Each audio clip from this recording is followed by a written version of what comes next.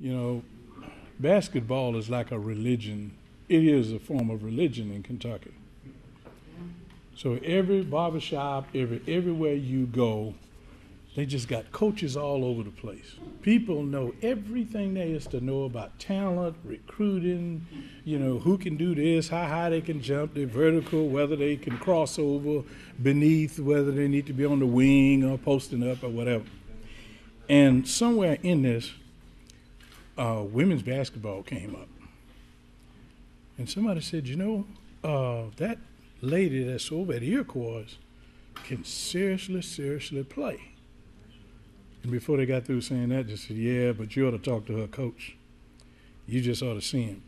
So for a long time, I didn't even think about anything else about Marshall Abstein except, boy, he's one heck of a coach. And then I found out that when he played, he had done some serious damage to the record books at Shawnee High School. And then I checked to see. But then later on, after we had already found out that Marshall was a veteran, I opened my paper up one day, and there he was right on the front page of the paper, just full blast. And I said, what? He said, he's a historian, and he's researching, and he's writing, and he's got J-Town hooked up with some other town and whatever else.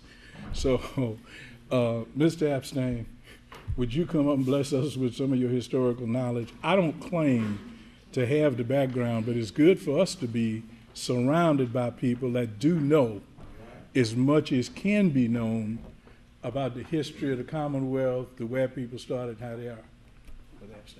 Before I do that, I would like to bow to the red-tailed angels. I'm familiar with that, right? So you know I know what I'm talking about, right?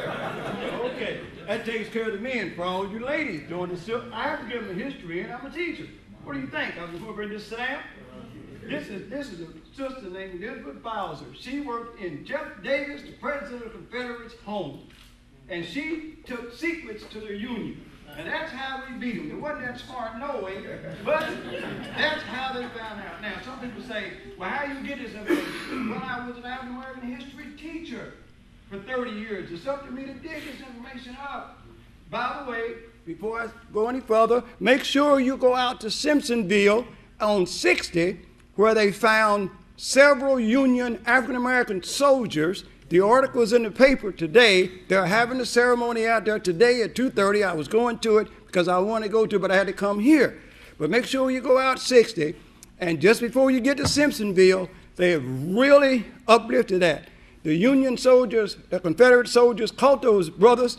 They killed them, and they put them in mass graves and just covered them up.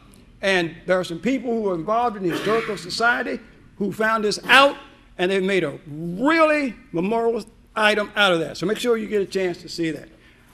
So that takes care of my brothers, okay? And my beautiful sister over here, who I said looked just like the sister, and I went outside and got it. And I've got to take care of the women because I coached women all my life, and all I ever had to deal with was sexist men. And since I knew all the secrets, you couldn't get over on me. We got that in now.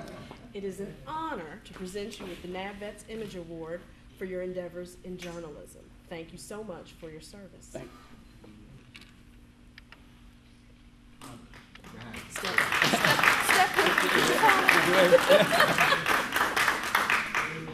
He's used to leading, you can tell.